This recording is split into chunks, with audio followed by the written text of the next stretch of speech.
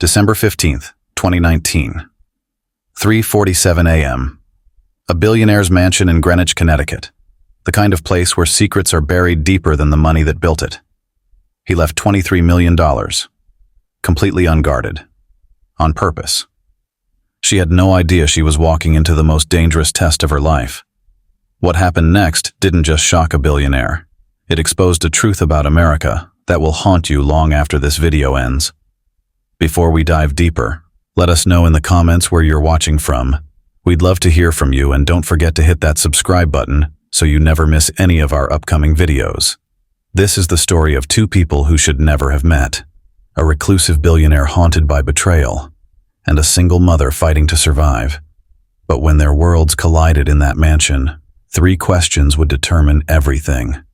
Would she take the money? What was he really testing? Why did his reaction change everything? The answers in the next 30 minutes will expose secrets that powerful people don't want you to know. Secrets about race, class, and the hidden tests we all face every single day. Jonathan Whitmore built his fortune the old-fashioned way. He inherited it, then multiplied it by 10. By age 45, his shipping empire stretched across 3 continents. But let me tell you something most people don't know about Jonathan Whitmore. His wealth didn't come from genius or hard work alone. It came from a system designed to keep certain people out and let others in. His grandfather, Thomas Whitmore, built the family fortune in the 1920s using convict labor, mostly black men imprisoned on trumped-up charges in the Jim Crow South. Ships were loaded by men who earned nothing while the Whitmore family earned millions. Jonathan knew this history. He'd grown up seeing the family portraits, hearing the stories, understanding that his privilege was built on someone else's suffering, and it haunted him. But success came with a price. In 2015, his business partner, his own brother, embezzled $40 million and fled to Monaco. The betrayal cut deep. David Whitmore had been more than a brother. He'd been Jonathan's closest friend, his confidant, the only person who truly understood the weight of their family legacy. Then his CFO, a man he'd trusted for 20 years, stole another $15 million. Robert Chen had been like a father to Jonathan. He'd taught him everything about international finance, had been there for every major business decision. When the FBI arrested Chen at his daughter's wedding, Jonathan felt something die inside him. And in 2018, his wife of 30 years cleaned out their joint accounts and disappeared with her tennis instructor. Margaret Whitmore took more than money when she left. She took his faith in human connection, his belief that love could exist without ulterior motives. Her goodbye note was brutal in its simplicity. "I never loved you, Jonathan. I loved what you could buy me." By 2019, Jonathan Whitmore trusted exactly no one. He lived alone in a 40-room mansion, surrounded by cameras, safes, and the ghosts of everyone who'd betrayed him. But here's what's crucial to understand.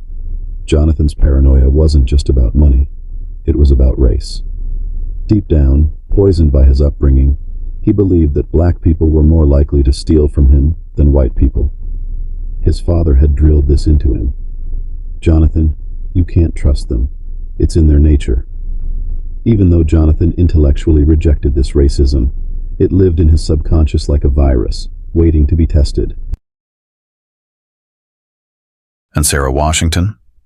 300 miles away in Detroit, Sarah Washington was fighting a different kind of battle. Sarah wasn't always desperate. 5 years earlier, she'd been managing a boutique hotel in downtown Detroit, making decent money, raising her son Marcus in a nice neighborhood. But then the hotel was sold to a corporation that restructured, corporate speak for firing the black managers and keeping the white ones. Sarah found herself unemployed at 32, with a mortgage and a child to support. She applied for job after job, but something always went wrong. She was overqualified for entry-level positions and lacked experience for management roles. The real reason she suspected was written all over her face and in her name before she even walked into interviews. Then Marcus got sick. Her 8-year-old son Marcus had been diagnosed with leukemia. The medical bills were crushing her. She'd lost her job at the hotel when she missed too many shifts staying at the hospital. The doctors at Detroit Medical Center were direct. Without immediate treatment, Marcus had 6 months to live. With treatment, he had a 90% chance of full recovery. The cost, $200,000 up front. Sarah's insurance had been canceled when she lost her job. Medicaid had a 6-month waiting list. Marcus didn't have 6 months. She'd sold everything: her car, her jewelry, her furniture. She'd moved into a 1-bedroom apartment in Detroit's most dangerous neighborhood. She'd worked 3 part-time jobs: housekeeping, food delivery, weekend retail, but it wasn't enough. At 34, this former honor student and Army veteran was desperate. She'd served 2 tours in Afghanistan, had saved lives under enemy fire, had been decorated for valor. But none of that mattered when she couldn't save her own son. When the employment agency called about a housekeeping position in Connecticut, $3,000 a week, cash, she didn't ask questions. She couldn't have known she was walking into a billionaire's psychological experiment. But here's something else you need to know about Sarah Washington. She'd been tested by poverty, racism, and desperation her entire life. Every job application, every apartment rental, every interaction with authority, they were all tests. Tests designed to see if she was worthy of basic human dignity. Sarah had passed every test life threw at her. She'd maintained her integrity when it would have been easier to give up. She'd raised her son to be honest and hardworking, despite living in a world that seemed designed to punish those virtues. What Jonathan Whitmore didn't realize was that he wasn't testing Sarah's character. Sarah's character had been tested and proven 1,000 times over. He was about to test his own. December 2nd, 2019. Sarah Washington stepped into a world she'd only seen in movies. The Whitmore estate sprawled across 50 acres of Connecticut's most exclusive real estate. The mansion itself was a monument to wealth.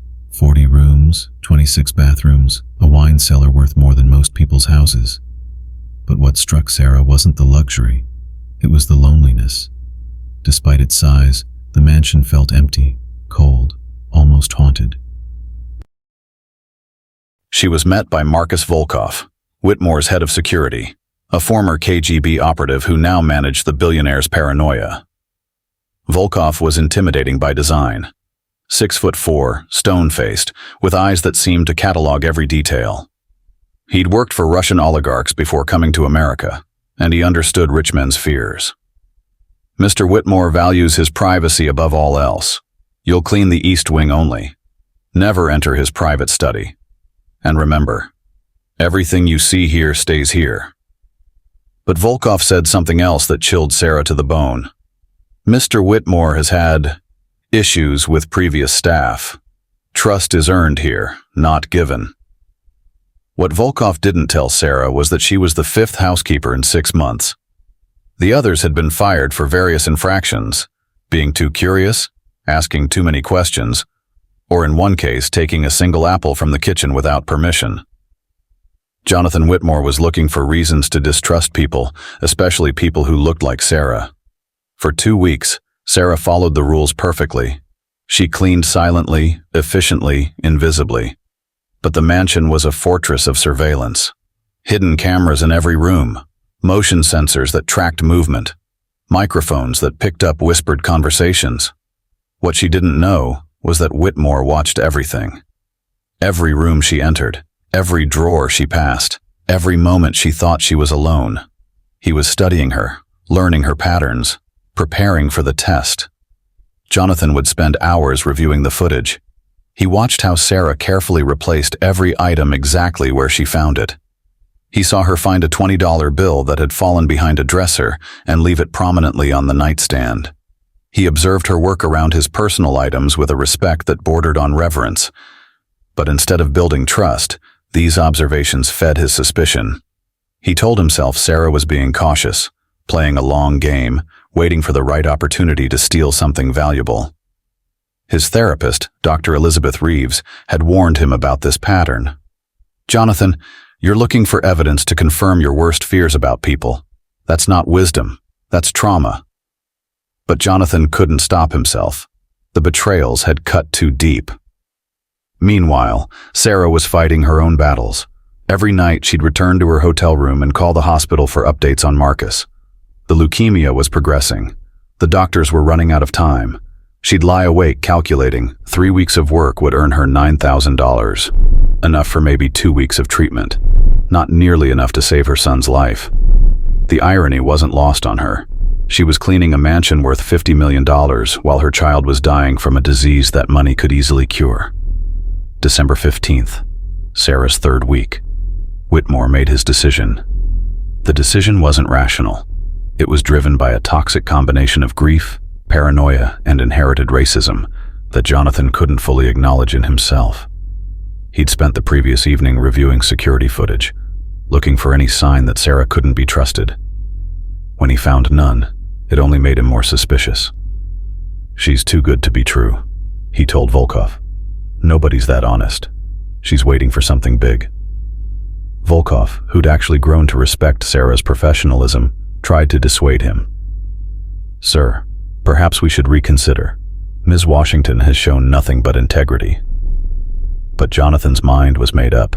He was going to expose what he believed was Sarah's true nature. $23 million, left open, unguarded, in the room where Sarah would be cleaning that morning. The money wasn't randomly chosen. It represented everything Jonathan had lost to betrayal. The $40 million his brother stole, plus the $15 million from his CFO, minus what he'd recovered. It was the exact sum of his pain, measured in cash. This wasn't carelessness. This was psychological warfare. But here's what makes this story even more disturbing. Jonathan had run this exact test twice before, both times with white housekeepers. Both times they'd passed. One had left a note about the open safe. The other had mentioned it directly to Volkov. Neither had been fired. In fact, Jonathan had been impressed by their honesty and had given them raises. But with Sarah, the test felt different to him. Larger, more consequential. Because deep down, poisoned by his father's racism, he expected her to fail. At exactly 9 a.m., as Sarah Washington walked through those mansion doors, she became an unwitting participant in the most expensive honesty test ever conducted. Sarah's morning routine never varied. She'd start in the guest wing, work her way through the common areas, and finish with any special requests. Today, there was a special request: clean Mr. Whitmore's private study. It was the first time in 3 weeks she'd been asked to enter the inner sanctum of the mansion. 9:47 a.m. Sarah entered Whitmore's private study for the first time. The study was a shrine to power and paranoia. The walls were lined with monitors showing security feeds from around the property. Legal documents covered the massive oak desk. And in the corner, dominating the room like a metallic monument, stood the safe. $23 million. More money than she'd see in 10 lifetimes. Her son's medical bills, they'd disappear. Her eviction notice, gone. But Sarah's first reaction wasn't greed. It was fear. She'd grown up understanding that black people were always under suspicion, always being watched, always one mistake away from devastating consequences.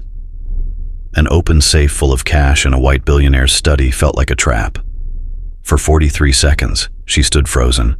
The security footage shows her hands shaking. What was going through her mind?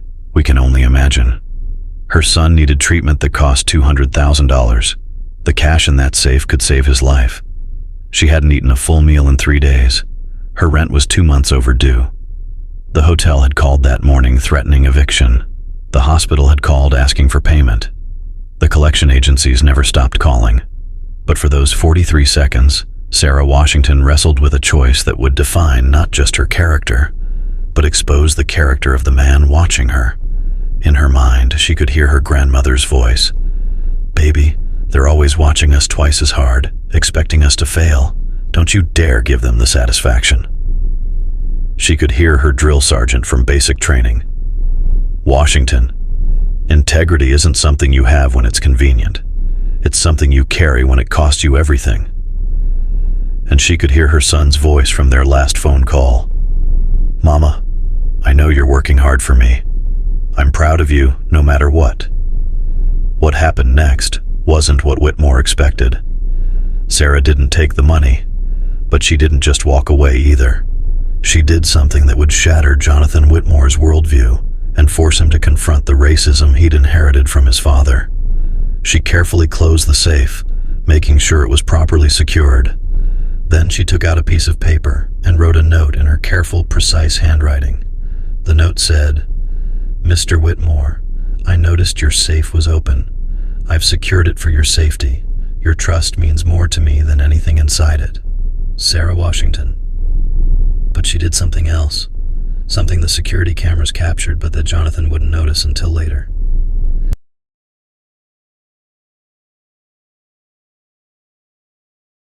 She said a prayer. Standing in front of that safe with millions of dollars that could save her son's life just inches away, Sarah Washington closed her eyes and whispered, "Lord, give me strength to do what's right, even when it costs me everything." When Jonathan Whitmore reviewed the footage later, he would see those moving lips and realize that this woman, this black woman he'd expected to steal from him, was praying for the strength to maintain her integrity. It would be the moment that broke him. When Jonathan Whitmore found that note, something broke inside him. But it wasn't his heart that shattered, it was his world view. He'd expected Sarah to take the money. He'd prepared speeches about how he couldn't trust anyone, how his suspicions had been confirmed, how all people were ultimately selfish. Instead, he held a note that proved everything he believed about race, about class, about human nature, was poisonously wrong. For the first time in 4 years, someone had passed his test. But instead of feeling vindicated, he felt ashamed. The shame was overwhelming.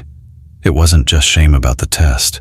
It was shame about every assumption he'd made, every prejudice he'd carried, every time he'd looked at someone like Sarah and seen a threat instead of a human being. That night, he couldn't sleep.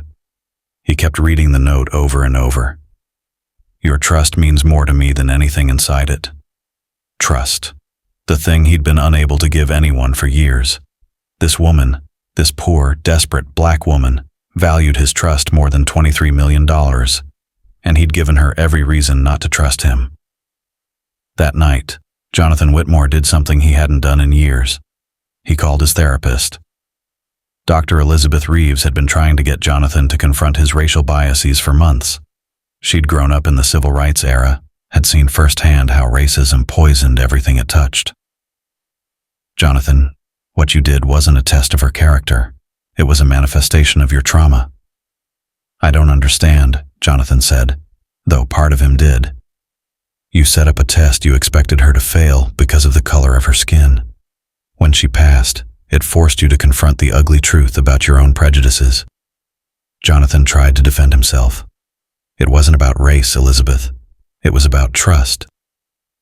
"Then why," Dr. Reeves asked gently, "did you never test your white housekeepers with $23 million?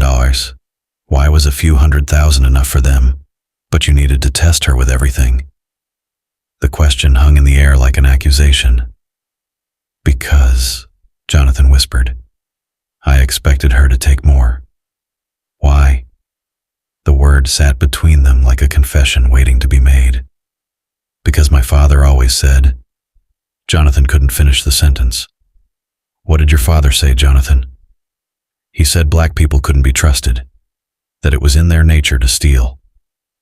The words came out like poison he'd been carrying for 45 years. "And do you believe that?" I thought I didn't. But I set up the test, didn't I? I expected her to fail. What we haven't told you yet is why Whitmore was really testing Sarah. It had nothing to do with trust. It had everything to do with race. Jonathan Whitmore grew up in a household where racial prejudice was served with breakfast. His father, a prominent businessman, openly expressed beliefs that black people were inherently untrustworthy. Thomas Whitmore Sr. had built the family fortune using convict labor in the Jim Crow South. He'd made millions while paying black workers nothing, and he'd justified it by claiming they were naturally criminal, naturally lazy, naturally untrustworthy. These weren't just business practices to Thomas Sr. They were deeply held beliefs about racial hierarchy that he passed down to his son like a toxic inheritance. Despite decades of education and progressive politics, a part of Whitmore still carried his father's poison. Jonathan had spent his adult life trying to be different from his father. He'd donated millions to civil rights organizations, had hired black executives, had supported political candidates who fought for racial justice. But intellectual belief and emotional reality are different things. Deep in his subconscious, his father's voice still whispered, "You can't trust them, Jonathan. It's in their nature." The open safe wasn't just testing Sarah's honesty. It was Whitmore testing his own prejudices. Subconsciously, he expected her to steal. When she didn't, it forced him to confront an ugly truth about himself and about the systemic mindset that shapes how we see each other. The test revealed that Jonathan Whitmore, despite all his education and good intentions, still saw Sarah Washington through the lens of centuries-old racial stereotypes. He'd expected her to be a thief because she was black and desperate. Instead, she'd proven to be more moral, more trustworthy, more honorable than anyone in his life, including himself. The next morning, Whitmore asked Sarah to meet him in his study. Sarah entered the room terrified. She was sure she was about to be fired, though she couldn't understand why. She'd done everything right, followed every rule, exceeded every expectation. "Sarah, I owe you an apology. What I did was wrong." "I don't understand, Mr. Whitmore." Jonathan looked at this woman, really looked at her for the first time. He saw the exhaustion in her eyes, the worry lines from caring for a sick child, the quiet dignity of someone who'd maintained her integrity despite overwhelming pressure. "I left that safe open on purpose. I was testing you. And I realize now that the test said more about me than it ever could about you."